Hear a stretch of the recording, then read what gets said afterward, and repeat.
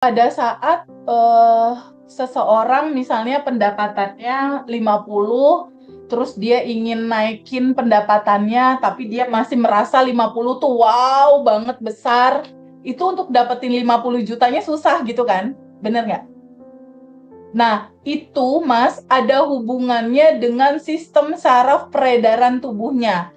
Kalau sistem saraf di peredaran tubuhnya dia terbiasa tertekan, dia terbiasa sulit, dia terbiasa resah, sehingga dia berpikir angka-angka uang kecil ini nyaman buat siklus peredaran tubuhku. Dia akan tetap bertahan di situ, dan ketika uang besar masuk, dia nggak nyaman, dan biasanya besar dapat lalu kembali lagi jadi turun. Kembali lagi jadi kecil gitu. Makanya rasa keterbatasan tentang nggak layak dapetin uang besar itu harus dilepas gitu.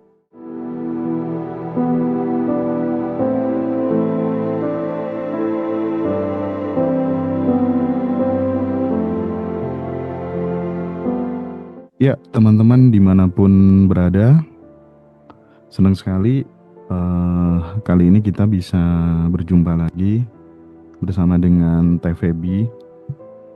Ini ngomong-ngomong, eh, banyak teman-teman tuh pada heran, pada tanya gitu. Mas, rahasianya apa sih kok setiap acara reuni, acara kelas itu tuh kok pada full terus gitu. Reoni itu kan nggak pernah sepi gitu. Bahkan Teh, Di atas 100. eh kalau kalau sekarang gitu, kita ini kan di Ngaji Roso baru baru memperkenalkan blueprint gitu ya, blueprint Ya, jiwa gitu. Itu baru berapa hari udah ratusan orang yang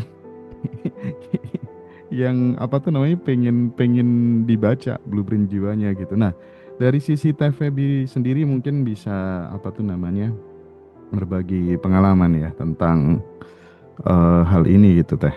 Silakan. ya. Terima kasih banyak Mas Hendra.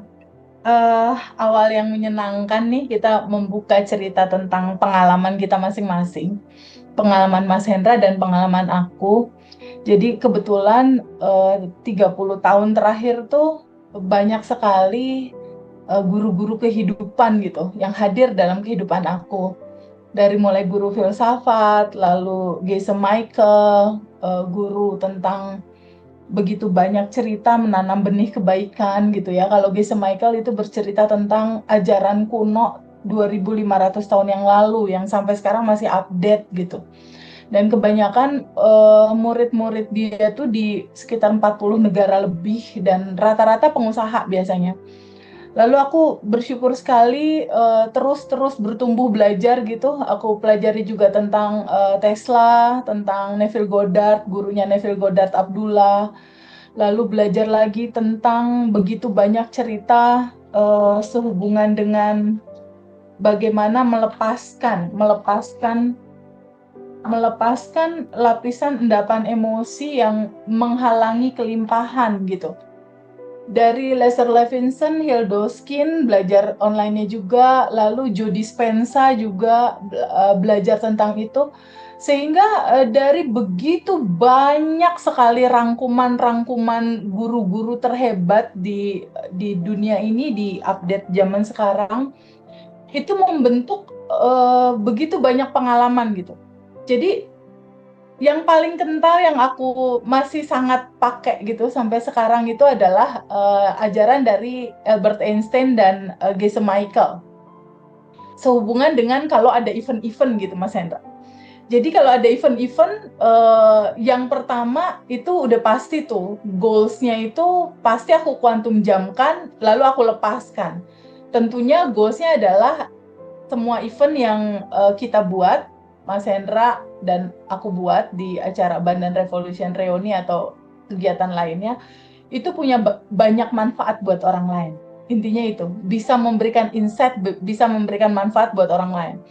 Jadi, yang aku lakukan biasanya, kalau misalnya 2 bulan sebelum event atau sebulan setengah sebelum event, atau pada saat pertama kali udah ditetapkan nih tanggal sekian gitu. Biasanya 2 bulan sebelumnya tuh kita berdua udah tahu tuh.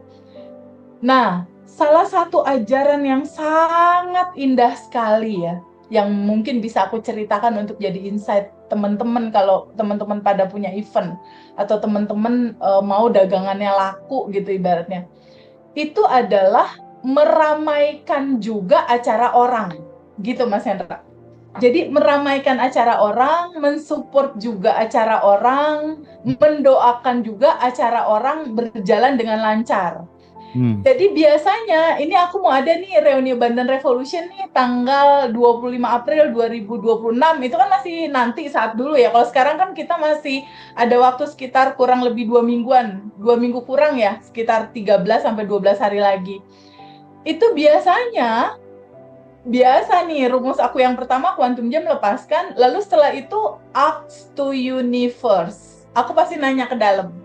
Wahai kecerdasan semesta yang ada di dalam diriku, tolong kasih tahu aku dong gimana caranya ya event ini bisa punya manfaat buat banyak orang, yang datang tentunya banyak, penuh gitu. Setelah goalnya aku ucapkan, lalu aku lepaskan, aku tanya ke semesta, aku tanyanya kayak gitu. Nah biasanya Mas Hendra, ini pengalaman aku ya, biasanya yang berikutnya datang adalah teman-teman yang punya event cerita ke aku. TVB mau ada event nih anak-anak yatim sunatan massal misalnya gitu. Itu biasanya gitu tuh. Semesta menjawabnya lewat peristiwa-peristiwa yang datang kayak gitu. Nah biasanya aku ada kebutuhan apa yang belum, biaya dokternya berapa, aku ikutan dong misalnya 500.000, atau kalau uang lagi belum besar misalnya mau 100.000, 200.000. Bukan angkanya nih, bukan angkanya yang penting, tetapi rasa cinta yang besar. Kita pengen temen kita bahagia, eventnya lancar. Nah, itu yang aku alirkan gitu. Nah, terus berikutnya ada lagi kayak kemarin tuh kita ada teman baru kita tuh Kang Ujang Rio ya. Dia mau ada pemasangan listrik Sabtu ini, Ndra, jadinya. Hari Sabtu sekarang nih jadinya. Dia bilang, "Teh, kita mau ada pemasangan." Oh iya, kebetulan aku ada rezeki-rezeki yang masuk. Aku mau ikut dong satu rumah. Jadi orang mau ada event, orang mau ada kegiatan apa, kita support gitu. Nggak harus uang sih sebetulnya supportnya. Nggak harus uang. Jadi minimal mendoakan acara itu lancar. Minimal bilang, "Kang, sukses ya acaranya." Tapi kalau aku biasanya, kalau teman-teman punya event itu hampir event itu entah pada akhirnya aku ada rezeki aku berbagi aku support ya buat nambahin spare partnya misal kayak gitu, atau aku support ya mungkin tim ada butuh makanan apa enggak, aku support nasi bungkusnya deh buat makanan tim, minimal kayak gitu.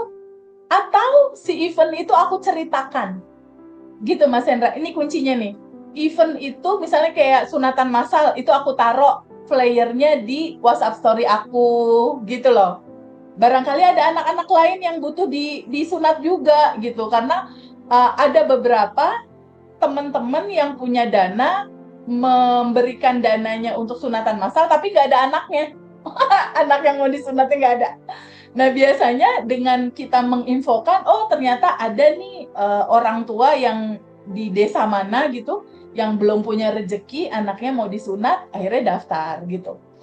Jadi itu pengalaman aku sih. Nah yang judul Banten Revolution ini itu udah banyak tuh info-info, karena kan aku nanya ke semesta, wahai semesta yang baik, tolong kasih tahu aku dong apa yang harus aku lakukan ya untuk event ini supaya bisa jadi manfaat buat banyak orang. Orang lain bisa tahu banyak soal kesadaran ini. Orang lain bisa tahu banyak tentang bagaimana mereka bertemu sama kesadaran ini, ada di frekuensi tenang, ada di frekuensi Tuhan, ada di frekuensi yang selaras dengan goalnya dia. Tolong kasih tahu aku dong, aku harus berbuat apa ya? Gitu. Nah, pertanyaan berbuat apa ya? Itu pengalaman aku yang datang adalah orang-orang yang nyeritain event-event mereka, Mas Hendra. Nah, sebelumnya juga ada event disabilitas. Jadi anak-anak disabilitas ada event, terus kebetulan mereka butuh support untuk goodie bag, kayak gitu. Goodie bag kosong, terus mungkin event-event temen misalnya buka kursus masak misal. Dia punya flyer, itu biasanya flyernya itu aku taruh di WhatsApp story aku dengan gambaran atau niat membuat mereka seneng, eventnya rame, aku mensupport event mereka agar event mereka rame gitu. Nah, itu biasanya yang aku lakukan, entah itu uang, entah itu tenaga, entah itu membantu mensiarkan event-event teman-teman yang lain juga biar rame dan penuh, atau minimal kalau aku nggak bisa lakukan apapun, aku mendoakan event dia rame, lancar, dan sukses. Gitu, Mas. Dan itu Oke. biasanya udah jadi habit sih, Mas. Udah jadi kayak kalau ada apa-apa aku mau ada event, itu datang sendiri tuh teman-teman yang punya event-event tertentu yang butuh disupport atau butuh diskusi untuk gimana ya supaya ini lancar. Kayak gitu, Mas. Jadi, jika kamu ingin event kamu rame, atau nggak harus event deh, jualan kamu rame deh. Kalau jualan rame gimana? Aku soalnya juga pernah punya pengalaman kayak gitu. Aku bantu teman-teman lain punya jualan apa, aku posting di WhatsApp aku. Ih, ini nih ada UMKM nih, jualan kue lebaran misalnya. Kalau kamu mau bisa nih langsung hubungin dia. Ini produknya dia gitu. Jadi, kalau kamu mau event kamu rame, supportlah, bantulah, dukunglah, doakanlah event-event teman-teman kamu juga rame gitu, Mas. Itu Iya, sih Mr. Michael Rhodes itu oke. materi pelajarannya seru. Dan itu aku buktiin sendiri sih. Eventku jadi seru. Iya, iya, iya, iya.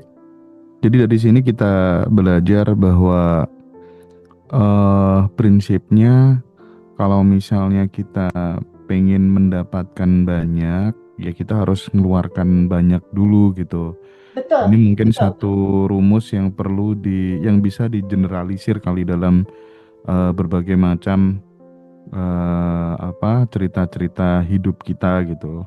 Betul, Karena betul. kadang kita tuh pengen sesuatu, rezeki lancar, gaji naik dari arah diduga-duga datangnya, yang nggak diduga-duga datangnya. Ya, tapi kita nggak mau mancing dulu gitu kan, ibaratnya seperti yang dilakukan Teteh dengan mempublikasikan kegiatan teman-teman itu kan Teman-teman. bagian dari ya Teteh mengeluarkan energi terlebih dahulu gitu kan. Nah, ini yang kadang jarang orang memang punya kesadaran untuk mempraktikannya. Jadi dari sini kita pokoknya mulai aware bahwa apapun yang kita lakukan keluar sekecil apapun, energi itu nggak akan pernah hilang. Dia akan Ya, tersimpan dan dia akan kembali ke diri kita sendiri. Kurang lebihnya begitu ya Teh ya. ya, Nah, betul. Rumusnya gini, Mas. Apa yang kamu keluarkan dalam bentuk energi atau apapun itu, ini secara hukum sunatullah atau hukum semestanya, apa yang kamu keluarkan itulah potensi apa yang kamu dapatkan. Kuncinya itu, Mas. Apa yang kamu keluarkan, itulah potensi apa yang pasti kamu dapetin. Jadi kalau untuk teman-teman yang saat ini rezekinya lagi seret, kalau misalnya lihat saldo sakit perut gitu ya, lihat segala sesuatu itu nggak nyaman gitu, kalau kamu mau memahami satu prinsip yang barusan, uang yang kamu keluarkan dalam bentuk apapun, itu adalah potensi uang masuk sebetulnya. iya, Nggak perlu aku diharapin karena itu udah iya, sistem. bener bener banget, bener banget. Bahkan aku bertemu banyak orang gitu ya, yang dia ngajari kalau kamu masih menganggap bahwa 50 juta itu sangat besar sekali, maka potensimu dapat 50 juta itu akan lama gitu ya. Iya, Nah, betul. kalau Betul. kamu mengeluarkan uang 50 juta tuh berat banget, maka kamu dapatkan 50 juta juga berat banget gitu. Jadi sebenarnya kita itu butuh habit, butuh nyali, dan nyali itu terkadang perlu dorongan dari teman-teman yang levelnya itu di atas kita. Kalau nggak gitu kita akan stagnan gitu. Karena memang kita nggak pernah berubah Teh. Kalau nggak pelan-pelan dipaksa, dilatih, dilatih gitu kan. Sama halnya lah ketika kemudian seseorang itu masih takut misalnya berada di rumah tingkat lantai lantai hotel misalnya lantai 36 gitu. Lihat ke bawah kan iya kan agak-agak gimana gitu ya. Tapi kalau udah biasa ya ya udah akhirnya Itu yang bakal merubah diri kita kan. Nah, eh kita hari ini sebenarnya nggak ada tema gitu ya. Aku sendiri ngeblank mau mau tanya apa gitu. Tapi aku ada Ya sedikit cerita begitu sih gini. Mas, nggak apa-apa, ngalir aja, ada Aku masanya begitu sih. ada sedikit sedikit cerita gini teh. Aku tuh punya temen, Ya, dia tuh kelebihannya tuh selalu apa ya, main ke rumah teman-temannya dia di masa lalu gitu, teman SD, oh, teman SMP yang hidupnya di bawah dia gitu. Maksudnya yang jualan apalah, jualan gelali, gula gula Jawa aren yang diolah dengan tertentu gitu, atau segala macam gitu. Itu semua dia datangin. Itu kelebihannya dia sih. hmm, Nah, salah satunya juga kadang mampir ke rumah gitu. Terus kemudian cerita, bro, ini aku habis putus tunangan sama calonku gitu. Jadi dia tuh seorang janda, seorang duda. Terus kemudian mau nikah kan, calonnya itu janda. Nah, terus waktu mau pernikahan, waktu setelah tunangan tuh baru tahu si temenku itu kalau si ceweknya tuh udah hamil sama mantannya yang dulu gitu kan. oke. Nah, kita tahu kan orang proses sudah apa tuh namanya, sudah masuk ke langkah tunangan itu kan berarti kan Udah kedekatan serius. emosionalnya udah sangat luar biasa, setiap hari saling menyapa dan lain sebagainya gitu. Betul. Nah, karena melihat peristiwa yang seperti itu, akhirnya diputuskanlah kedua calon ini untuk kemudian bisa tidak melanjutkan lagi hubungannya. Nah, si temanku ini kan galau ya kan. Ini gimana ya kan caranya melupakan dengan mudah, di satu sisi masih susah dilupakan, tapi di sisi lain ya gimana nggak bisa bersatu lagi gitu kan. Nah, di titik seperti ini kan nggak semua orang bisa melewati fase-fase yang seperti ini, kan nggak mudah gitu. Betul. Nah, ini kan sebagai laki-laki kan dia juga harus berpikir nih, mau jadi laki-laki yang bener-bener laki-laki atau jadi orang yang mulia gitu kan ya. Kalau dia akhirnya kan memilih untuk aku wong lanang gitu kan, akhirnya memilih untuk pisah kan. Tapi kan dia juga kesulitan dengan perasaan yang dia. Nah, itu menurut Teteh gimana solusinya? Ya, kadangkala perjalanan dalam realita seperti itu nggak bisa dihindari, Mas Hendra. Itu terjadi sama dia, atau sama Mas Hendra, atau sama aku, atau sama siapapun. Kita nggak pernah bisa menolak realita itu harus terjadi dalam kehidupan kita. Kenapa? Rumusan utamanya adalah sebagaimana yang di luar, seperti itulah yang di dalam sebetulnya. Jadi ketika di titik sekarang dia ada rasa bingung kan utamanya pasti bingung tuh. Bingung, ada rasa kecewa juga, ada rasa marah juga, ada rasa resah juga pasti, ada rasa khawatir juga, ada rasa galau juga gitu. Nah, semua inti-inti rasa itulah gambaran daleman dia yang merefleksi menjadi kejadian lewat cerita cinta wanita yang dia cintai itu gitu.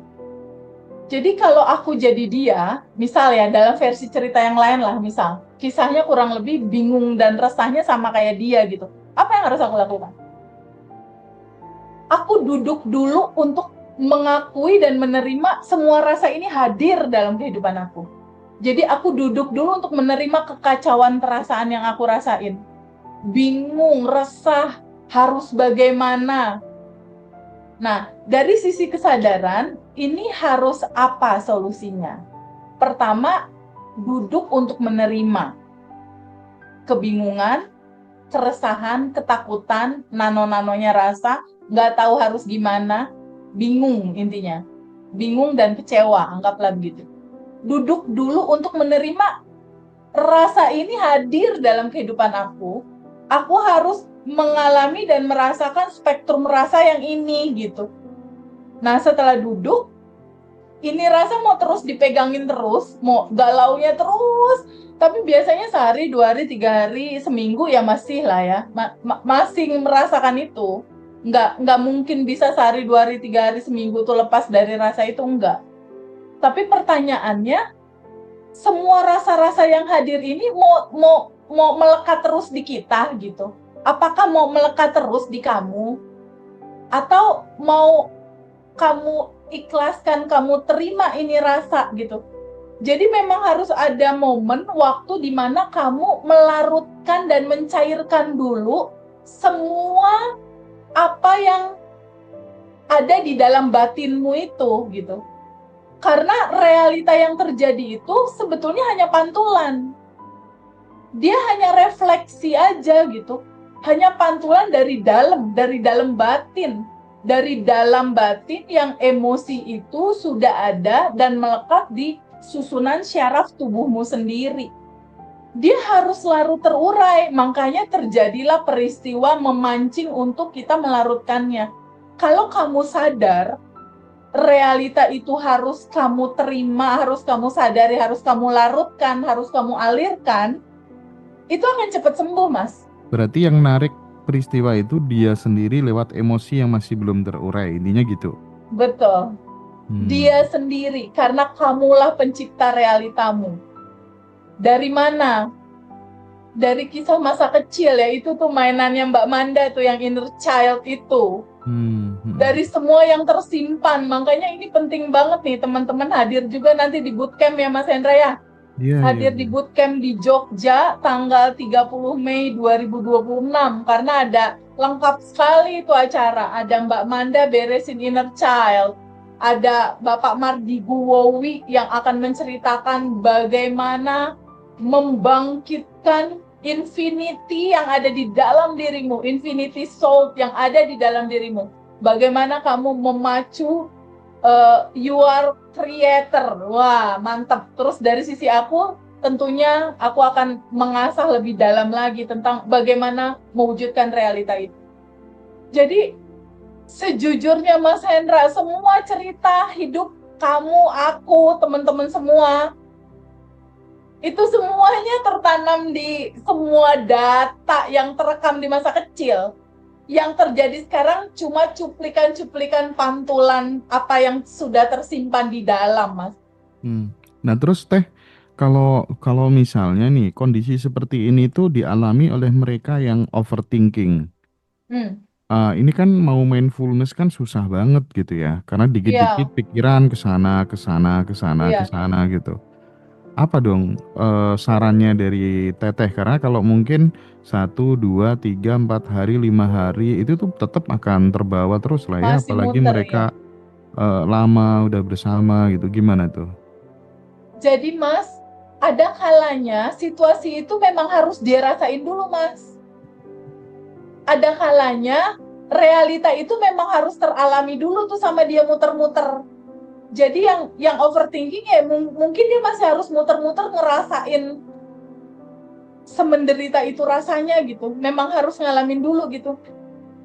Tapi pada satu titik tertentu nanti dia akan ada capeknya, Mas.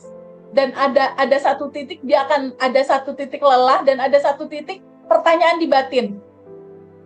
Akankah aku harus seperti ini terus? Nah, di situ tuh mulai titik kesadarannya muncul. Jadi ini nggak bisa TVP kita nolongin dia Teh, ayo kita tolong. Ini ceritanya masalah spiritual awakening-nya setiap orang punya timeline sendiri Mas. Nggak bisa Mas Hendra mau dia harus bangkit, aku mau kamu harus bangkit, nggak bisa Mas. Ada waktu dirinya sendiri, ada time, ada waktunya sendiri lah. Mau paksa-paksa kayak gimana, mau dijejelin video atau dijejelin nasihat, nggak bisa Mas. Ada waktunya sendiri. Nah, waktu itu tergantung apa? Tergantung tabungan semestanya juga Mas.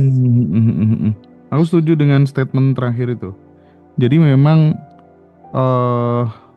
semua itu ada jatuh temponya gitu. Ya. Kalau memang belum waktunya gitu, mau diajarin teknik A, B, C, D dan lain sebagainya, baru diterapin 2-3 hari ya udah balik lagi gitu. Bener Teh, setuju banget aku.